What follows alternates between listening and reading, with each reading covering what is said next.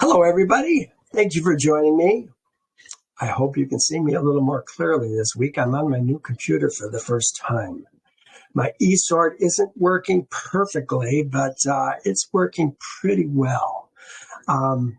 We're going through Numbers 24 today. This is the last chapter that is going to have lots of Balaam in it.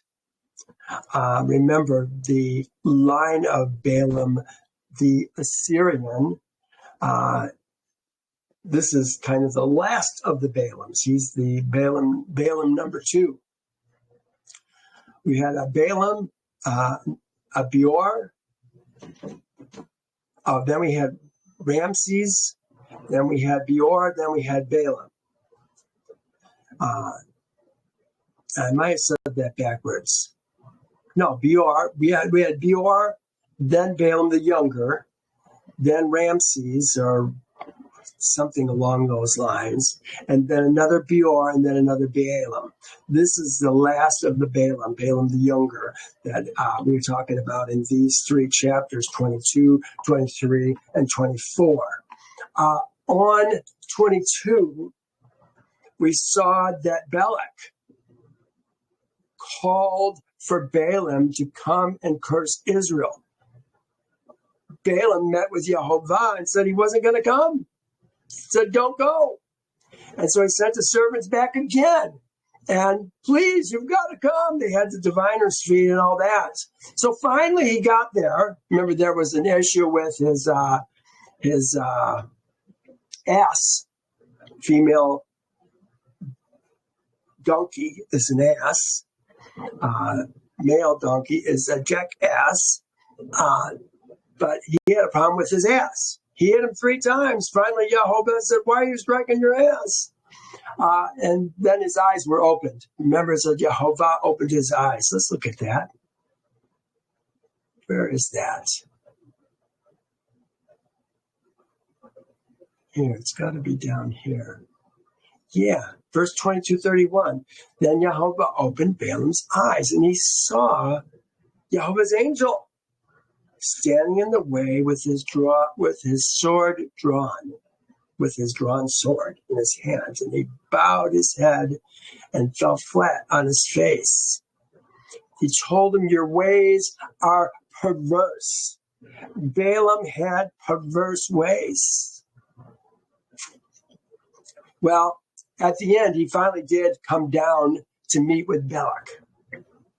And Balak, it says in verse 22:40, Balak offered oxen and sheep.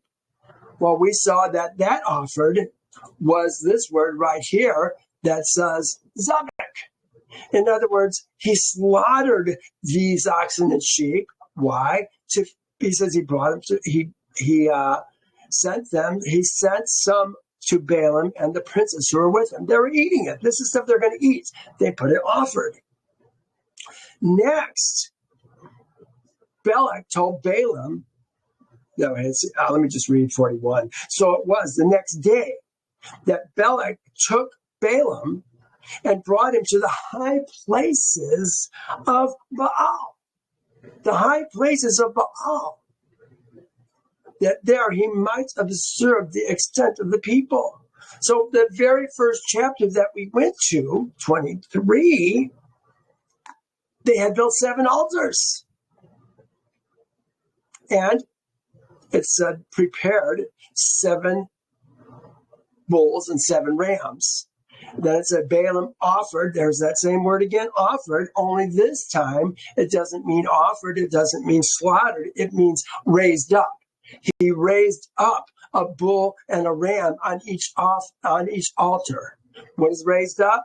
It's the sweet aroma to Jehovah. He did a burnt offering of these on each of the 7 altars.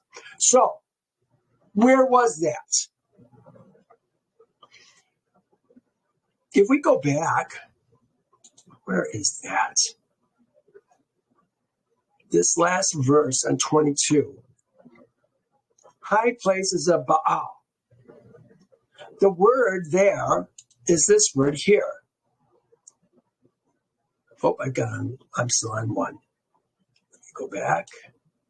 Got to get the right verse here. 41. The word that they're talking about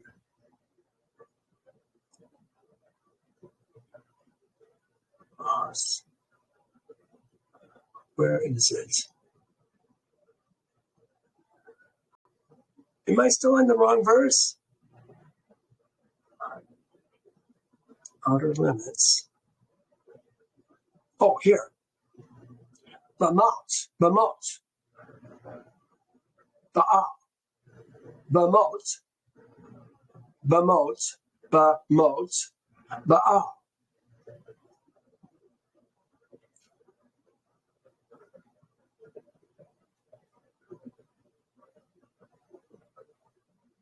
Look what it says for the definition. Heights of Baal, Bamot, or Bamot Baal, a place east of the Jordan. But this is having to do with Bamot Baal. Baal. This is something that we really need to talk about. But I'm not sure this is the place that I want to do that just yet. Let me continue reading. Because he was taken to the high places of Baal. Where are the high places of Baal? Here's a map. I think, see this here? Bamot, Baal. They have a question mark. Because he's taken to the high places of Baal. I think he's talking about Nebo. Mount Nebo. Can you see Mount Nebo here? Maybe if I get that line out of the way. There's us, Mount Nebo. I can put a little asterisk there so you can see where it's at. Next, here's Pisgah. And finally, Mount Peor. Who are we talking about? We're talking about Baal Peor, the high places of Baal. Each, I might save that for next week. So here's Nebo. Now look at where they go next. 41 or 23 we're going to go to now. And I'm going to go back to Esort, New King James Version. So he went to this place, and we did seven altars, 7 rams, seven bulls. Next, he didn't like, because remember, he blessed Israel. So now Balak's mad, and he took him up to the top of Mount Pisgah.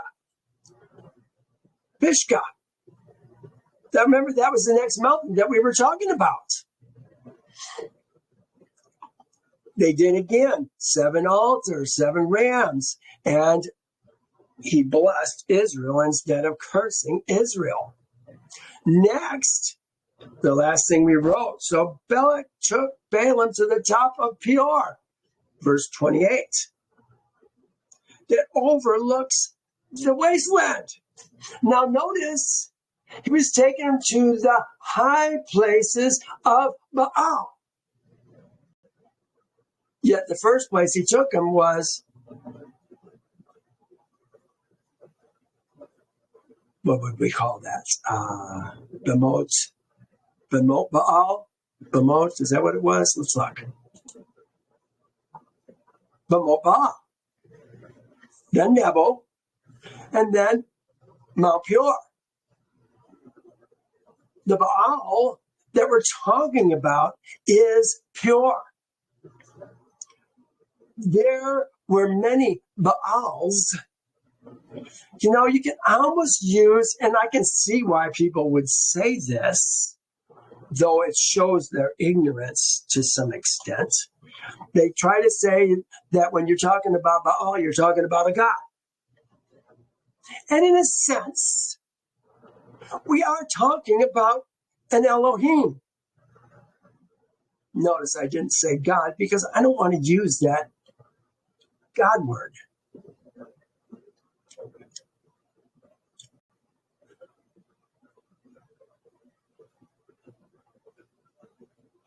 Let me show you something. Baal. Here in, let's go to 1 Kings 18. It might take me just a second to find it. But this is about Elijah and the prophets of Baal on, what was the name of that? Carmel, Mount Carmel. Look what it says here in 18. Ahab, who was a wicked king, called Elijah a troubler of Israel. And Elijah says, I have not troubled Israel, but you and your father's house, he was a king of Israel, bad side, have. And that you have forsaken the commandments of Jehovah and have followed the Baals. Quantitative plural. There are many Baals. Baals are oftentimes local Baals. Baal Peor, I think, was local to that part of the world. But the Baals that these guys were following could have been completely different Baals. Baals of, what do they call them? Baals of Canaanites and Phoenicians. But here's another Baal. Look at the next verse. Now therefore send and gather all Israel to me on Mount Carmel. And 450 prophets of Baal and 400 prophets of Ashtoreth. Ashtoreth is kind of the modern day Mother Mary, if you will. Baal, dare I say, means Lord. How about Lord Jesus? Could he be the modern day Baal that men are following instead of Jehovah? I think so. Let's look at this word Baal a little bit more. I want to go now to, I think it's Isaiah. Let's go to Isaiah 62. Maybe it is Psalms. Nope, this is it right here. Look what it says. For as a young man marries a virgin, for as a Beor marries, look what the word is, Baals, a virgin. So thou shalt Baal thy sons. Do you hear what's going on? This is about mastering a Lord. It's kind of got the same idea as Adonai. Ezekiel always calls Jehovah my Adonai, Elohim. Or Adonai Yehovah, my Adonai Yehovah. How do they translate that? Because Adonai is my Lord, and then they have Yehovah, so they have to say the Lord, my Lord, the Lord. So they say my Lord, or my Lord. No, they say the Lord, God, the Lord God. They get themselves trapped because they don't want to use Jehovah's names. Now, as a young man, Baals marries, it's Baals, masters a virgin. So Jehovah marries his sons. As a bridegroom rejoices over the bride, so shall thy Elohim rejoice over you. Now, let's go to Proverbs 31. This is about the woman of worth. Look at this. It starts here in 10. Virtuous woman of worth. For her worth is far above beauties. The heart of her, look what the word is. They translate it as husband, but the word is right here, Baal. Baal. That's what we're talking about. And it does it 3 different times. Her husband, her Baal, is known in the gates. Her children rise up, verse 28. Her children rise up and call her blessed. Her Baal also, and he praises her. So you see, in a sense, this Baal, translated as Lord, Master, here they're translating it as husband, or sometimes marries, is all about who's leading whom. Next week, Numbers 25, we're going to see that Midian and Moab enticed Israel to follow, sacrifice to Beor, Lord Beor, the local deity. I think they probably were having Christmas dinner, or maybe it was Easter ham to their Elohim. I'm being a little facetious because I want you to understand that we are following another Baal. We're following this man, Jesus, if he ever even existed. I think he's a myth. And I put something, if you go to my Journey Through Torah here on Telegram, we posted some things about that. I've also got it on my website, Origins of the New Testament. Catholic Church calls him a useful myth. They created him. Well, that's Baal. The Lord Jesus. Baal Jesus. Well, let's pick up now where we left off last week. I need to go back to Numbers 24. Remember, Numbers 23. Where was he going? And Balak, no, it says, then said Balaam, build me 7 altars. No, it says, and Balak took Balaam to the top of Beor. So now we're at the next one. They've done 7 altars, 7 rams. Didn't work at the first one, where they did 7 altars, 7 rams, 7 bulls. Didn't work at the second one at Pisgah, where they did 7 rams, 7 altars, 7 rams, 7 bulls. Now they're doing it again. Prepare me 7 bulls, 7 rams. And Balak did as Balaam had said, and raised up, talking about the Olah offering, a bull and a ram on every altar. But this time, remember, the last 2 times, he went to meet. Here's the word that they used. They went to meet with Yehovah. Here it is. Here, let's see. Kara. Encounter. It specifically has to do with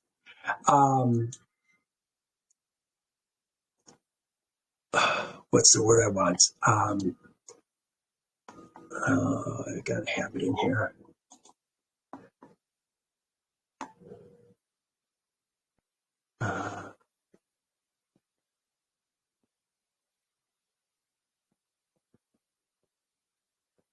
Well, we're going to talk about it in just a second. Maybe it's in my note, the note I've got coming here. Meet me. Oh, it might be here. It has to do with divination. This is a term used with divination. Encountering. A chance upon encountering. This is kara. An encountering. So now he's made this one on Beor. 7 altars, did 7 bulls, 7 rams. And now in this verse, it says, now Balaam saw, really it says, and Balaam saw that it pleased Yehovah to bless Israel.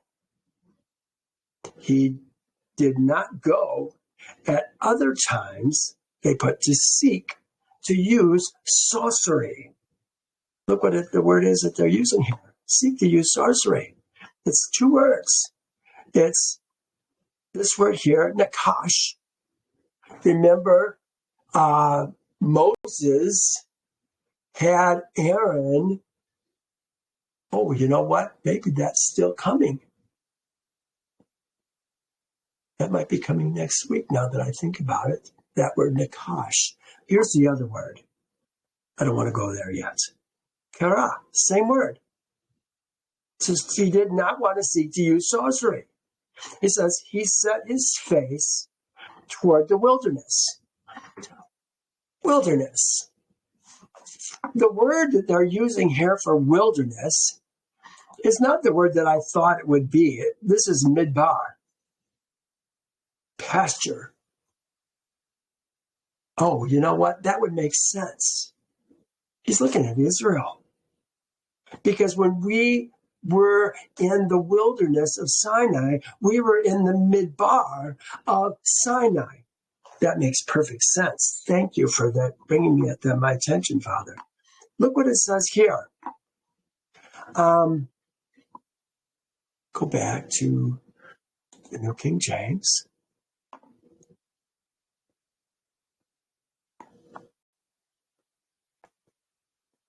He set his face towards the wilderness. Oh, that's so good. Yes, towards the pasture in a sense. And Balaam raised his eyes and saw Israel encamped according to their tribes. That is the wilderness that he's looking down at, the pasture that he's looking down at. You know, for a while, I thought it was the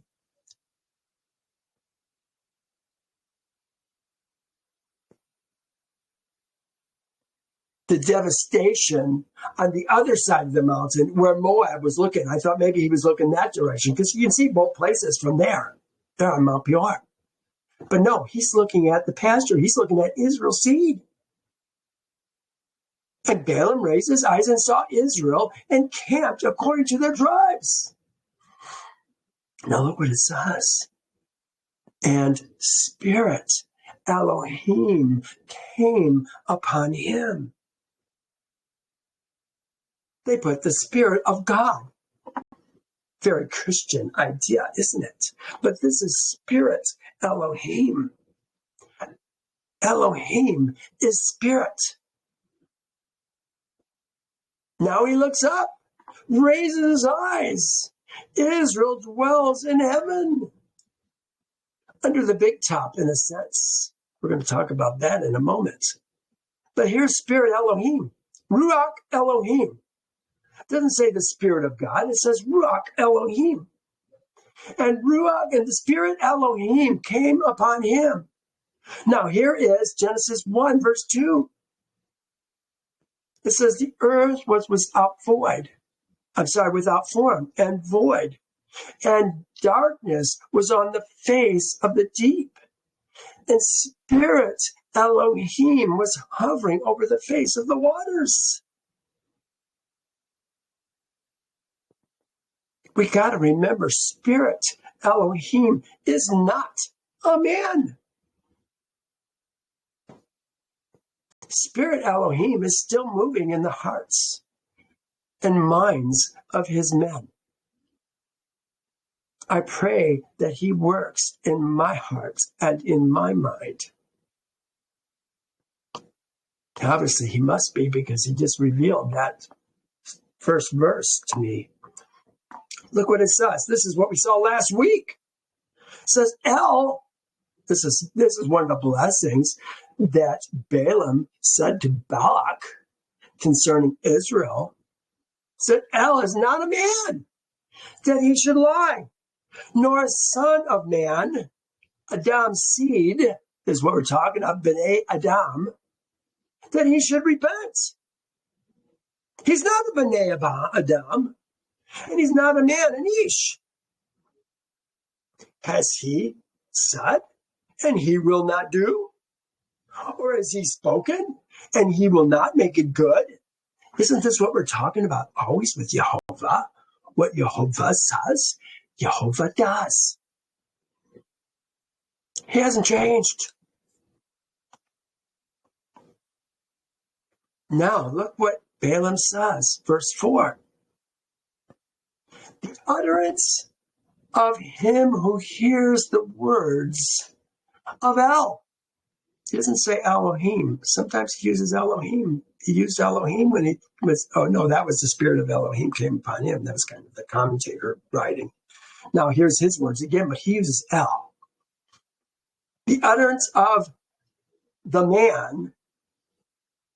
No, let's go back. Did I skip a verse? I did skip a verse. Yeah, let's go to 3. Yeah, and he took up his oracle and said, the utterance of Balaam ben Beor, the utterance of the man whose eyes are opened. His eyes are opened. When did his eyes open? I read it to you earlier. Notice it says the utterance of the man. The man that they use there for the word they use there for the man is this word here, Hagabor. Hagabor. Israel's seed came out of Egypt, 600,000 Gaborim, and a mixed multitude. This is that same word, Gabor, mighty man. Funny that he would use that about himself. The utterance of a mighty man whose eyes are opened. How does a man, perhaps even a woman, get eyes that see?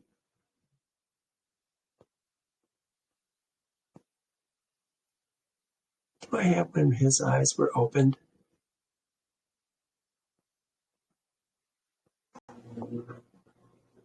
Where is it? I don't see it right offhand. Maybe it's in the next verse. Again, how does a man or even a woman get eyes that see? I believe it comes from a heart that has decided to be obedient to Jehovah's word and who is willing to seek truth wherever it can be found. You know, being obedient to Jehovah and having bad ideas about what that obedience means is not necessarily going to generate righteousness, is it? Because if we don't understand what he wants us to do, we have to seek the truth to find out what it is that we're supposed to do. But of course, a man and his woman, not a man and a woman, a man and his woman show their love and obedience to Jehovah in different ways. Each has their own duties and responsibilities before him. A man follows Jehovah, his statutes, judgments, and ordinances. A woman follows her man as he follows Jehovah. You know what? Sometimes you get a man who doesn't follow Jehovah, and you still got to follow your man. It's up to Jehovah to take care of it, and this sin is not going to be on you. It's going to be on your man. Oh my. Jehovah's words are foolishness to those who are rebellious to his ways. Look what it says here. An unjust man is an abomination to the righteous. And he who is upright in the way that he should go, is an abomination to the wicked. Look what Jehovah says. This is in Isaiah, I think, no Proverbs. He says, because I have called you and you refused, and you have stretched out my hand and no one regarded, because you disdain my counsel and would have none of my rebuke, I also laugh at your calamity. I will mock when your terror comes. When your terror comes like a storm and your destruction comes like a whirlwind. When distress and anguish come upon you. Why? because he calls and you refuse to listen. You know, I see people all the time claiming Jehovah's promises to Israel, his people, his Chassid, his Ezra men, for themselves. They don't follow Jehovah. Most of them don't even know Jehovah's name. Yet they want to claim those promises for themselves. But look what Jehovah's saying. Because you disdain my counsel and would have none of my rebuke, I will also laugh at your calamity. I will mock when your terror comes when your terror comes upon like a storm and your destruction like a whirlwind. When distress and anguish come upon you, then you will call on me, but I will not answer. They will seek me diligently, but they will not find me, because they hated knowledge and did not choose the fear of Jehovah.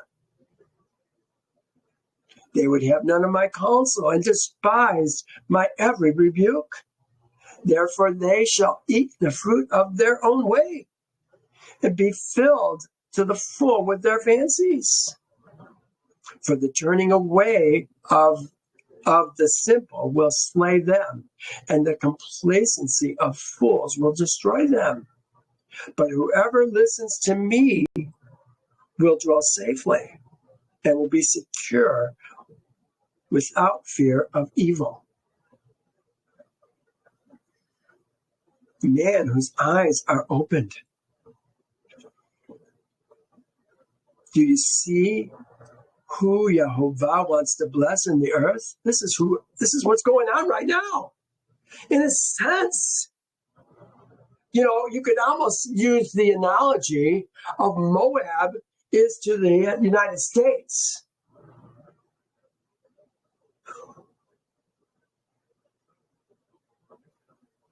How do I say that? As Jesus is to Balaam. No, not Balaam, to Peor. Baal Peor.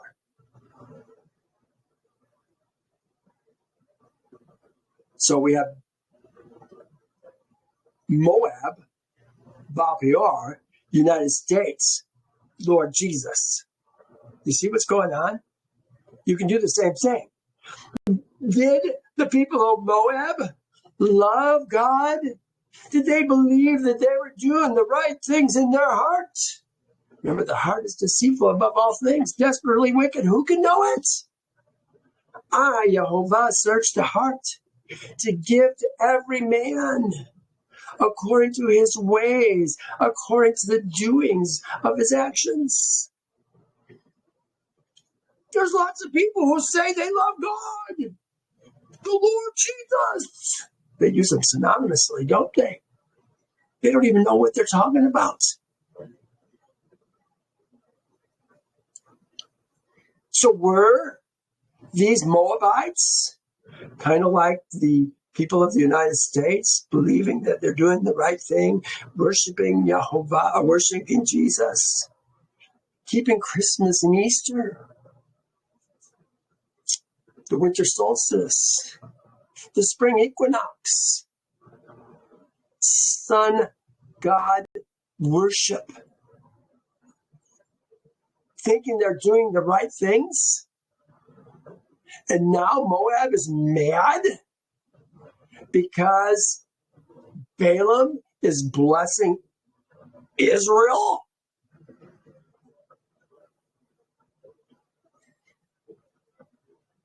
Some things to think about. Now it says, the utterance of him who hears the word of hell, who sees. They put the vision of the Almighty. Is he seeing a vision of the Almighty? Oh, I see God. No, he's seeing the Almighty's vision. Big difference. He sees the Almighty's vision. who falls down with eyes wide open. Here it is. This is what I was looking for in the last couple verses. Numbers 22.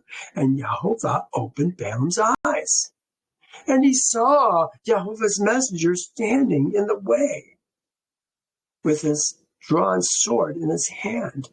And he bowed his head and fell on his face. Here he is, falling down with eyes wide open. In this verse that we're talking about. And Jehovah's messenger said, well, that's where he was talking about his eyes are perverse. We're going to see this again. He's going to fall down with his eyes wide open. And he stood up, and he took up the oracles and said, the utterance of Balaam ben Beor, and the utterance of the man Hagabor, whose eyes are opened. That's coming in 15. So now he says this, a vision of the Almighty. The Almighty's vision, remember? And he says this, how lovely are your tents. Tents, oh hell. There's the word, oh hell. How lovely are your tents, oh Jacob. But look what he says now. Thy, that's thy. It says you are here, but it's thy tents. He's talking about each one individually. O Jacob, thy dwellings, the word there for dwellings is this word here, Mishkan.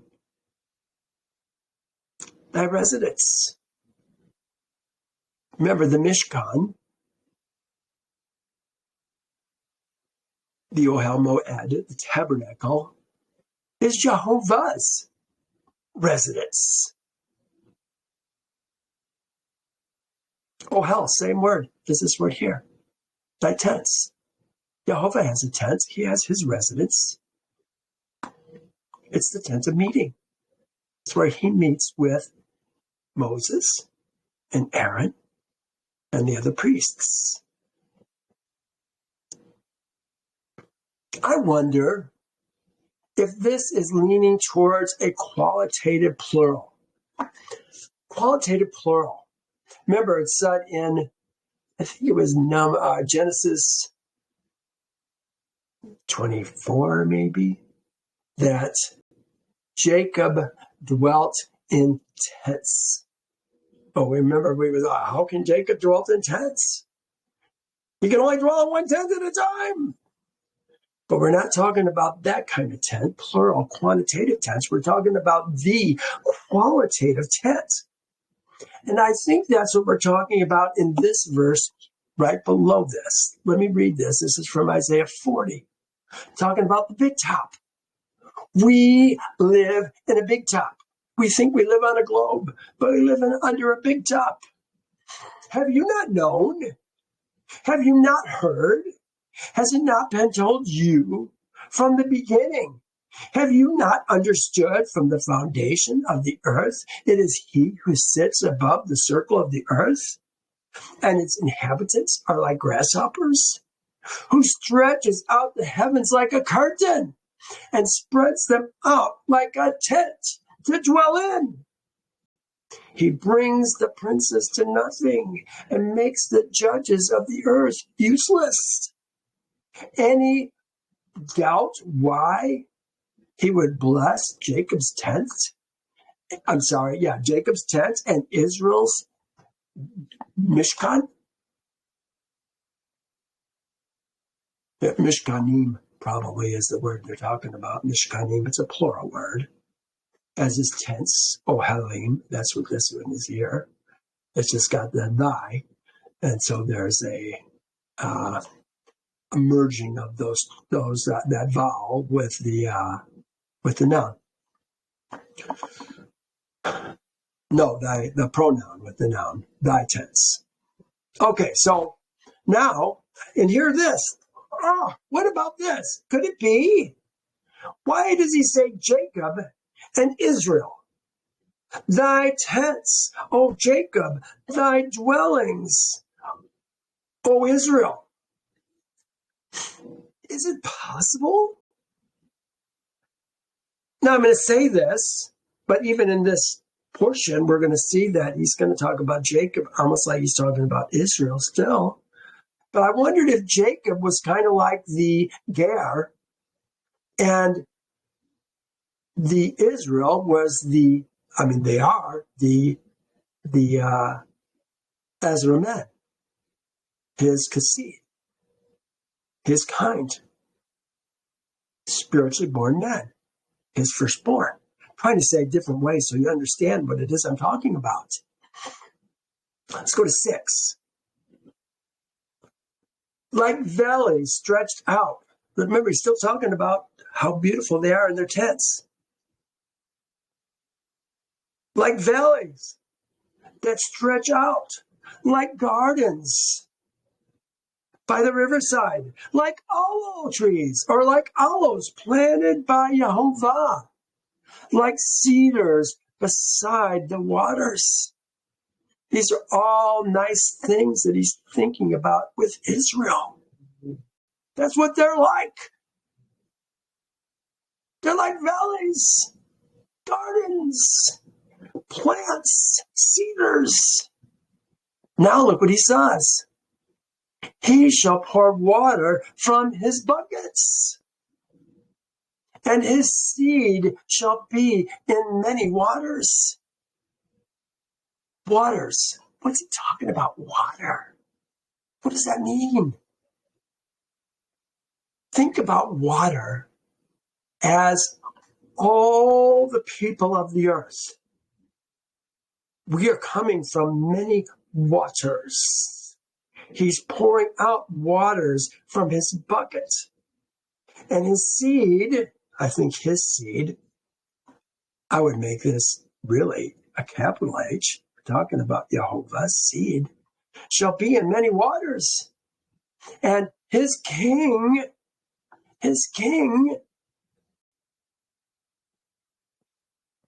shall be higher than Agag, and his kingdom shall be exalted.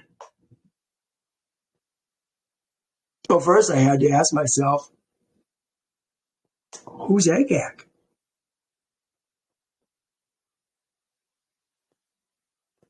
We see in Esther and the movie One Night with the King that talks about King Agag. Saul was told by Samuel to wipe out who? Wipe out the Amalekites. Remember, it was the Amalekites who first attacked Israel from the rear when we came out of Egypt. He said, I want you to wipe them out. And he didn't wipe them out. He brought Agag and his queen back with him. And Samuel ended up killing him, as I recall. Well, here's Agag. Possibly the title of a king of Amalekites, kind of like Pharaoh is to Egypt. You know, every man who becomes the king in Egypt is called a Pharaoh. Every man who becomes a king and among the Amalekites is called Agag. It might be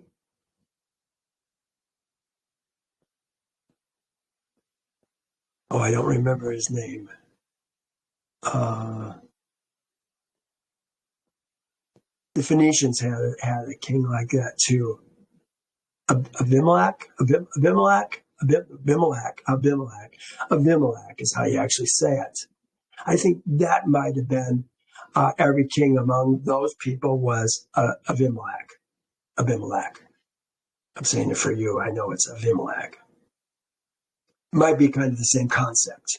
So Agag might just be all the kings that are king among the Amalekites are the Agag. It's possible.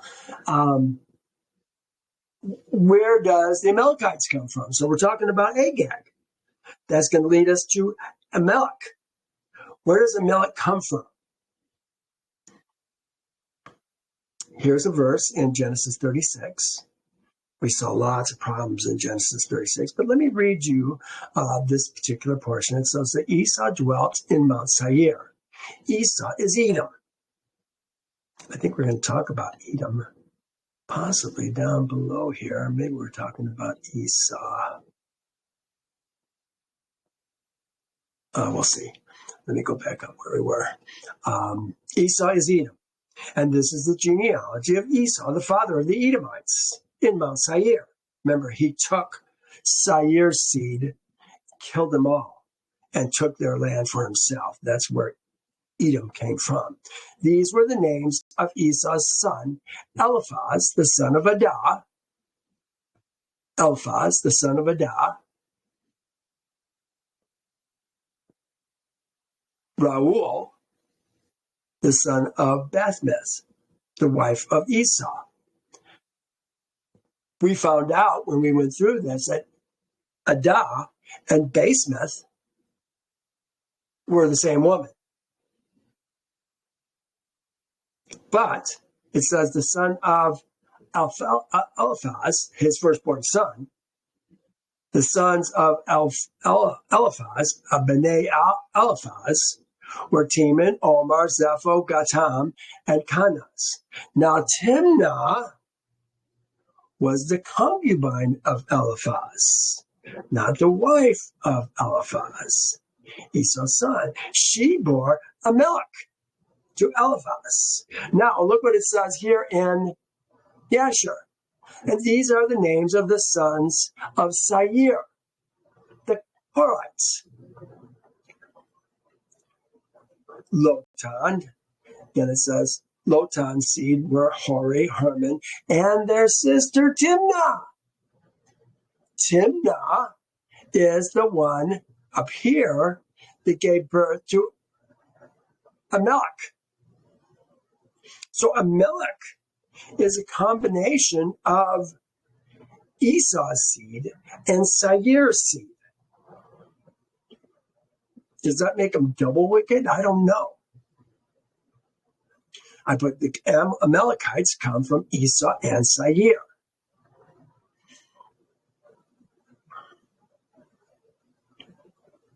Yeah, here we're talking about Lotan, but we already said it.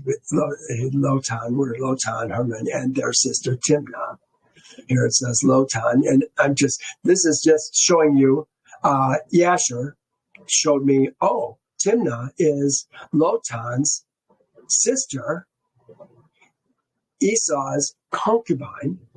And down here, and later on in Genesis, we saw that, and the sons of Lotan were Hori, Herman, and Lotan's sister was Timnah.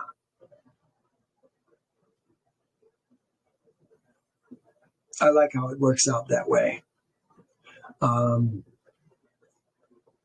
This was from Deuteronomy.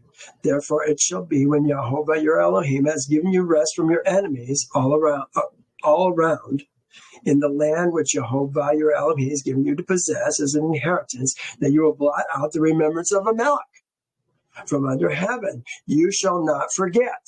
Well, here is in Exodus, Jehovah also mentioning this. Remember, Exodus came first. Then Jehovah said to Moses, write this for a memorial in the book and recount it in the hearing of Joshua, that I will utterly blot out the remembrance of Amalek from under heaven. Has he ever been finished off completely? I'm not sure he has. Let's keep reading. He's going to be bigger, more important. No, I have more on this thing here. Yeah.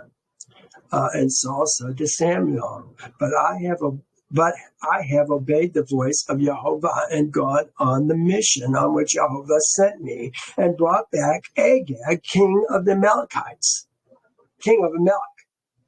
I have utterly destroyed the Amalekites. Remember, he said, why do I hear baying in my ears? Saul, Jehovah's first king, was instructed to wipe out Agag, the king of the Amalekites, and all the Amalekites from the face of the earth. He did it. So here we're talking about his king. He shall pour water from his buckets. His seed shall be in many waters. His king shall be higher than Agag. Who's the king we're talking about? I see this chapter as having prophetic understandings.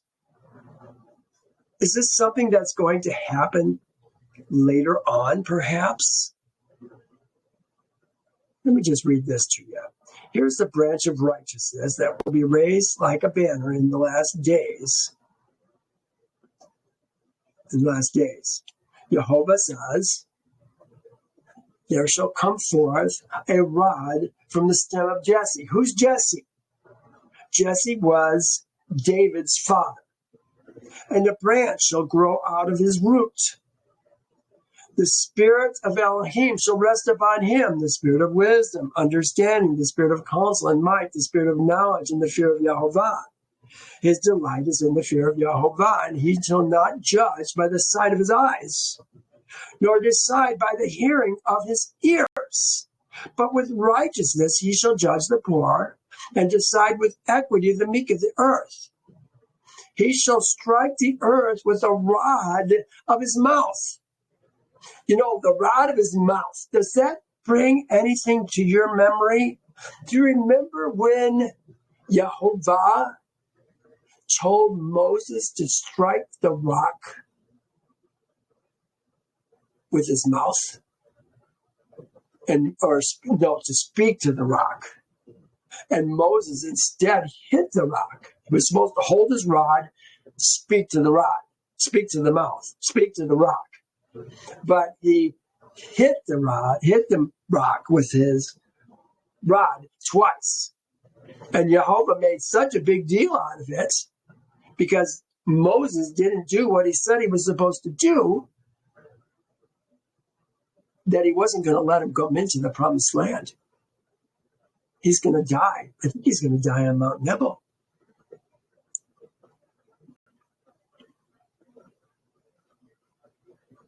He says, and with the breath of his lips, he shall slay the wicked.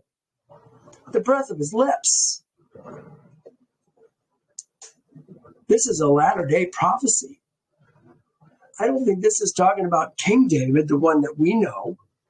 I think this is going to be the next David, the raised David that we're going to see in the last days. He's going to come back to life.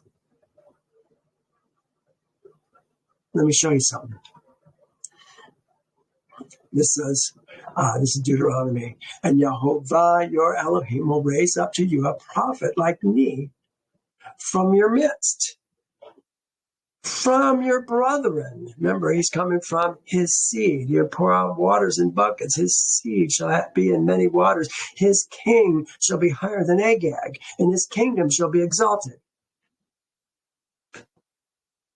Jehovah your Elohim will raise up for you a prophet like me from your midst, from your brethren whom you shall hear, according to all you desire of Jehovah your Elohim in Horeb on the day of the assembly, saying, let me not hear the voice of Jehovah my Elohim, nor let me see the great fire anymore. This is what the people said, lest I die. And Jehovah said to me, what they have spoken is good. I will raise up for them a prophet like you from among their brethren, and I will put my words in his mouth, and he shall speak to them all that I command. Could this be the second time that we're coming out of Egypt? What's going on in the earth right now is a lot like us coming out of Egypt. Babylon falling. Babylon is in the process of falling. You may not see it yet, but it's in the process of falling. Look what he says in Ezekiel. This is talking about the third temple.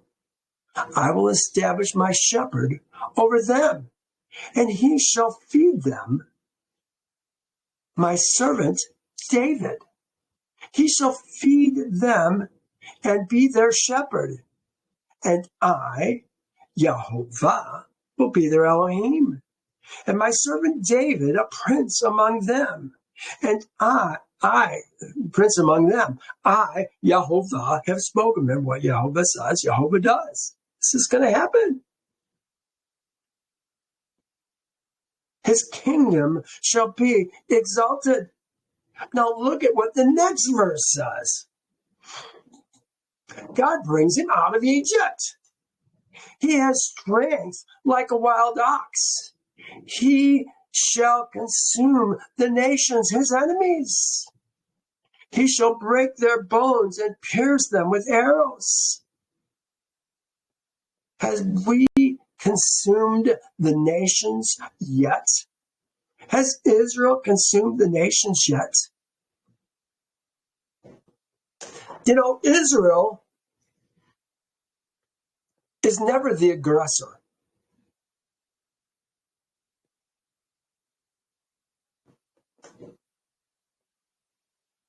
I'm thinking about the Amalekites. He consumed the Amalekites because they attacked us first. Though we did come into the promised land, planning to take that for ourselves, Jehovah was giving them to us. So in a sense, I guess we were the aggressive there, weren't we?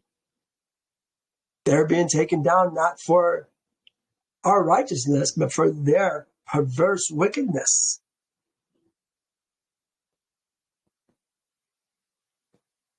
Always have to keep thinking. He shall break their bones, pierce them. You know, when it says he will consume the nations, that's that goyim, the goyim, ha-goyim. In fact, I think I've even got that in there. Do I have that? It's not there. Okay. The nations, ha-goyim. Let's make sure that that's the right verse. The nations, yeah, the goyim. The goyim. It's not ha-goyim, just goyim. He shall consume goyim, his enemies. His enemies. There are enemies.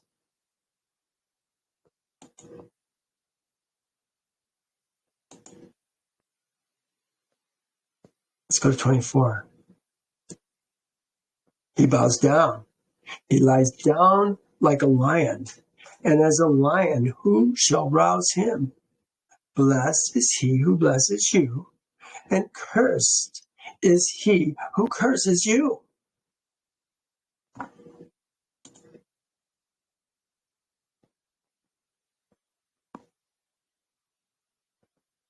The same verses.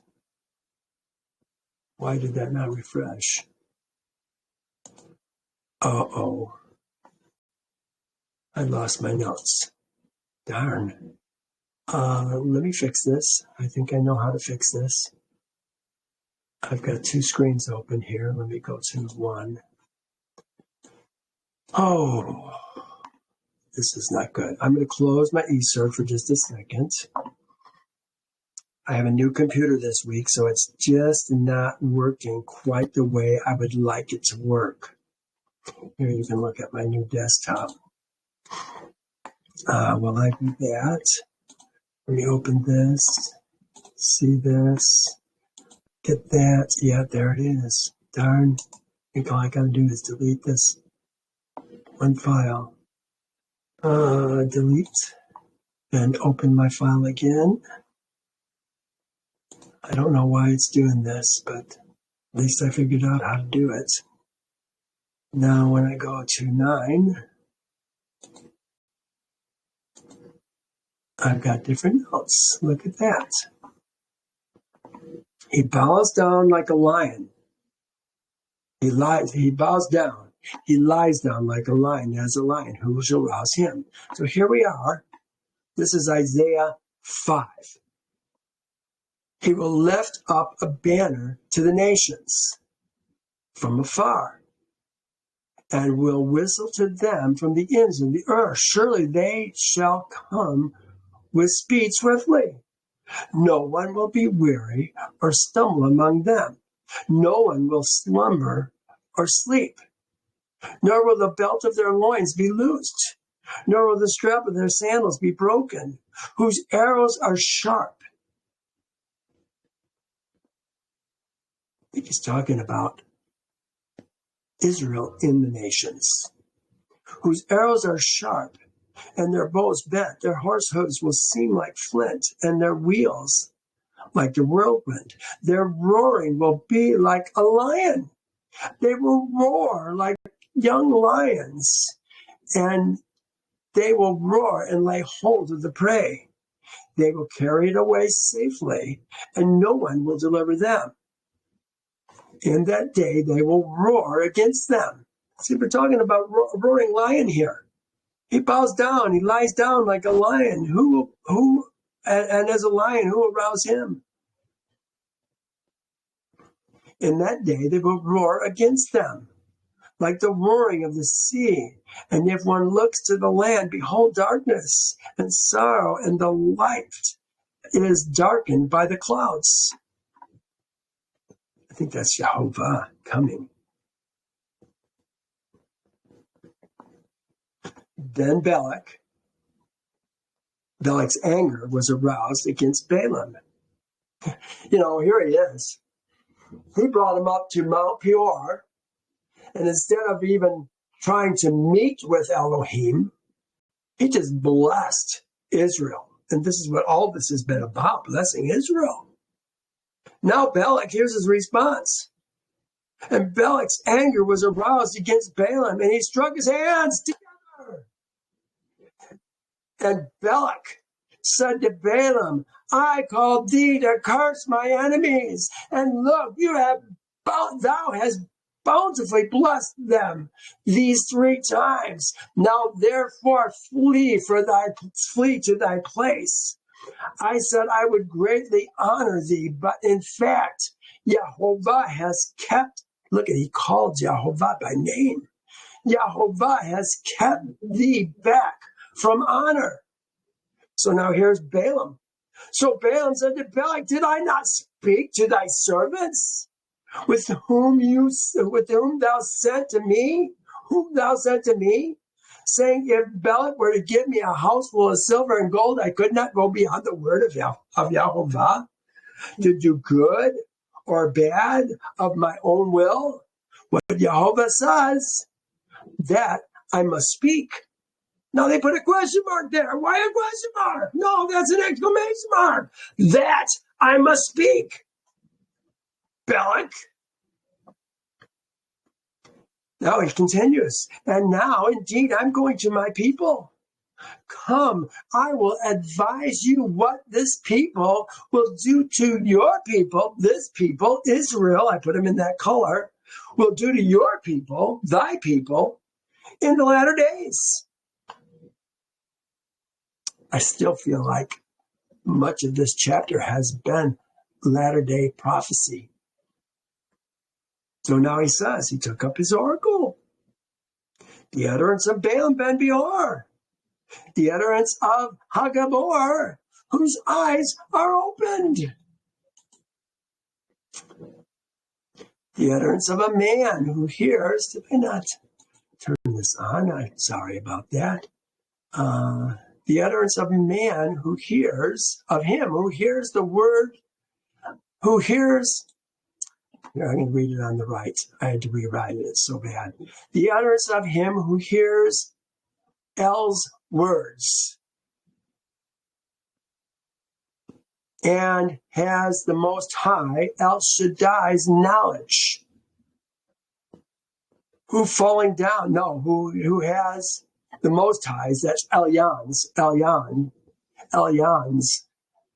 knowledge. Who hears El's words and has Elion's knowledge, the Most High's knowledge, who falling down with eyes wide open sees or saw Shaddai's vision. Shaddai is the Almighty's vision.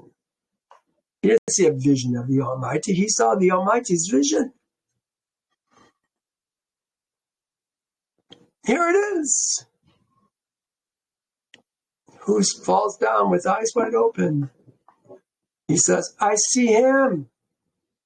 but not now. I behold him, but not near. A star shall rise out of Jacob. There's Jacob. And a scepter shall rise out of Israel. Remember I said, was that possibly the Beor and the Ezra? Maybe. And batter the bow of Moab and destroy all tumult's seed. Tumult's seed, B'nai tumult. Here's the word they use for that, B'nai, set. Set. That looks like shet, but I think it's shet. Shet. Shet. I see him, but not now. Behold him, but not near. A star.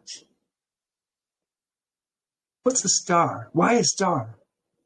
A star shall come out of Jacob. Is that a person? Or is that a light? Daniel says, those who are wise shall shine like the brightness of the firmament.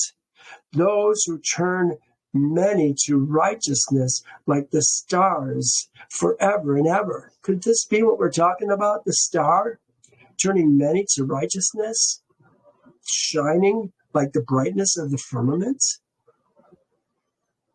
I wonder. Scepter. I think of ruler. I think of king. Again, the same verse. Look what it says. There shall come forth a rod from the stem of Jesse. See, this is David again. A branch shall grow out of his roots. The spirit of Jehovah shall be upon him. We read all this. Look at some verses that go along with this. And Jehovah shall send a rod of your strength out of Zion. Send a rod of your strength out of Zion.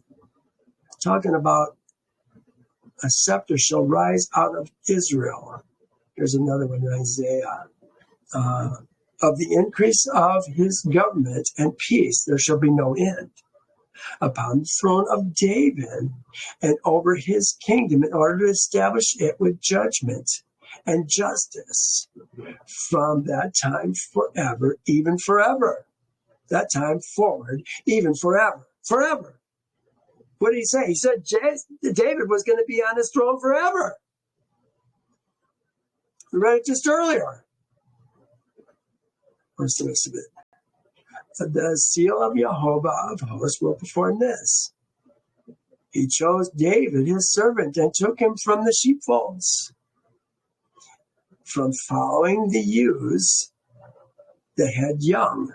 He brought him to shepherd Jacob, his people, and Israel, his inheritance. There is you, Jacob and Israel. So he shepherded them according to the integrity of his heart and guided them by the skillfulness of his hand. Here's the other one that they had. Your throne, O Elohim, is forever and ever. A scepter of righteousness is the scepter of your kingdom. Is that the scepter that we're talking about? Could we be talking about David? Now it says, and Edom, remember we saw Edom. Edom is what Esau's kingdom is, shall be a possession.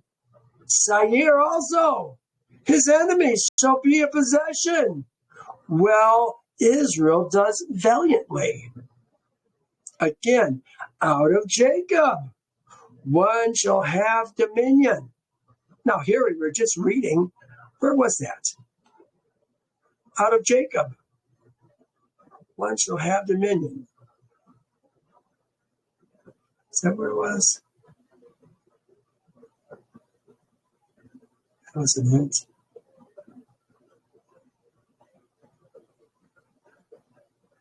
I don't see it right offhand.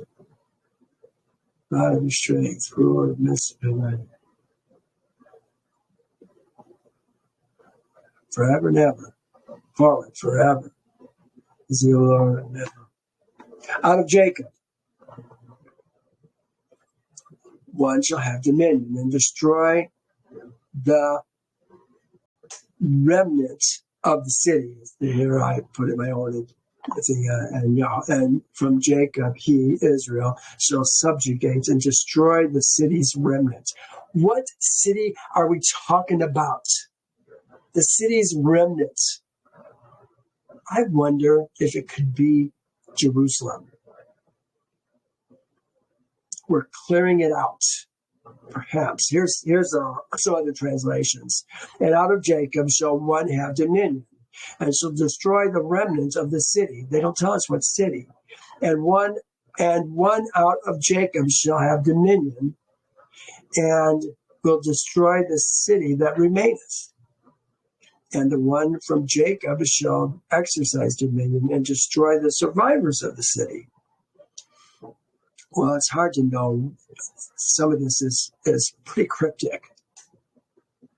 Then he looked at Amalek, and he took up his oracle and said, Amalek was first among the nations, but shall be last until he perishes. Now, why does he say Amalek was first? I can only think that Amalek was the first one to attack Israel. Amalek obviously wasn't first, because we had Esau. Before Esau was born, we had all the Canaanites in their cities. So how is Esau? He looked at Amalek. Remember, Amalek comes from Esau, who has Eliphaz. It goes Esau's. Esau's seed through Eliphaz. Yeah, that's exactly who we're talking about. I've got it there. And he took up an oracle and said, Amalek is first among the nations, but he shall be last until he perishes. Then he looked at the Kenites, and he took up his oracle and said, firm is your dwelling place, and your nest is set in the rocks. Who are the Kenites? Do you remember who the Kenites are? Jethro was a Kenite. It says here in Judges. Now, the Kenite seed, Moses' father-in-law, went up to the city of palms, and Judah's seed unto the wilderness of Judah, which lies in the south near Arad. And they went and dwelt among the people. Hobab, they said Hobab, the son of Reuel, the Midianite, Moses' brother-in-law. Hobab, son of Reuel, the Midianite. So Hobab was Reuel's son. But now look what it says here. Oh no, maybe it's 2 verses down. Now Moses said to Hobab, the son of Reuel. Okay, that agrees with what we just read. Moses' father-in-law. We are setting out for a place in which Jehovah said, I will give to you. Remember, he wanted us to come with us. He says, come with us, and we will treat you well. For Jehovah has promised good things to Israel. And you bless Israel, he's going to bless them. Hobab didn't want to come. Now it says here, Heber. Who's Heber? They called Heber the Kenite of Hobab's seed. So Heber is the son of Hobab. And they called Hobab the father-in-law of Moses. He's not the father-in-law of Moses. He's the son of Reuel, who is the father-in-law of Moses. See, there's lots of errors in the scriptures. You just have to sort it out. It says, had separated himself from the Kenites and pitched his tent near the terebinth tree of Zaanim, which is beside Kadesh. Kadesh, that's where Miriam died. That's where we just before we started taking on the promised land, we were in Kadesh. Saul bade the Kenites depart from the Amalekites, when, in obedience to the divine commission, he was about to smite Amalek. So Saul was helping the Kenites escape the slaughter because he was going to wipe out Amalek. That was Saul. Saul did some good things. And his reason was, for ye showed kindness to all Israel's seed when we came out of Egypt. Oh, that's interesting.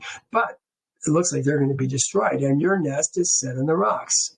Nevertheless, Cain shall be burned. I think Cain may be the capital city of the Kenites. Or perhaps a principal man among them. It says, Cain shall be burned. It doesn't say killed, it says burned. That makes it more like a city, doesn't it? How long until Asher carries you away captive? And he took his oracle and said, who shall live when Elohim does this? Who shall live when Elohim does all this? My guess is nobody is going to live when Elohim does this. Jehovah Ezra men, those raised from the dead and those still alive, and those who join themselves to them will come into the millennial kingdom alive. Everybody else may not, unless they come as servants, willing to submit themselves to Israel's seed. That's my thought. But now look what it says. This is really a strange verse. But ships shall come from the coast of Cyprus. Coast of Cyprus. It doesn't say coasts. It doesn't say Cyprus. It says direction of Kittim. There's Kittim. Kittim. Clearly Kittim, not Cyprus. And shall afflict Asher. What were you just saying about Asher? Asher carries you away captive. He carried Cain away captive, or the Kenites away captive.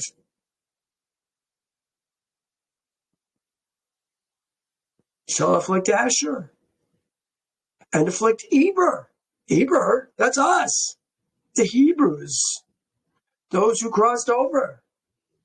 And Kittim's assemblage shall perish forever.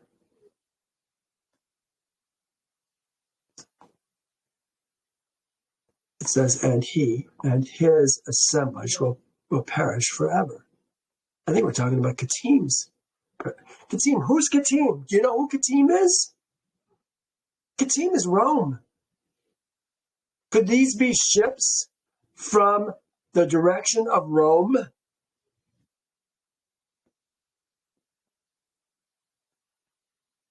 Who are afflicting Asher and afflicting Eber?